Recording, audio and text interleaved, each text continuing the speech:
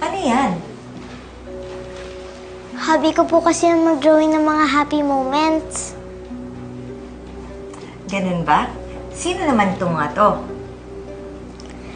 Ito po, ako. Tapos ito naman po si Kuya Edwin. Ito si Ate Darling. Ito si Ate Celine.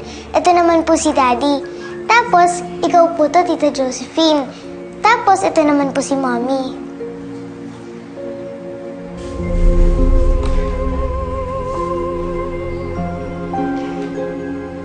Alam mo, Faith? Huwag mo na akong tawaging tita. Total, nasa heaven na naman ang mommy mo. Pwede ka nang magkaroon ng bagong mommy. So, pwede mo na akong tawaging mommy kung gusto mo. Mommy? Hindi po pwede, tita.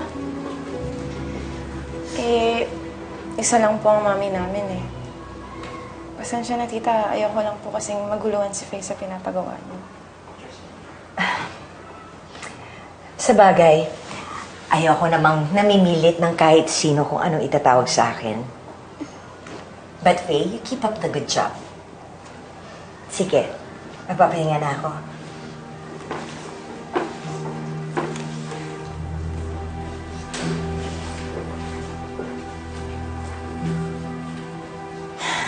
Ay, tulog na tayo. Gabi na. Maganda.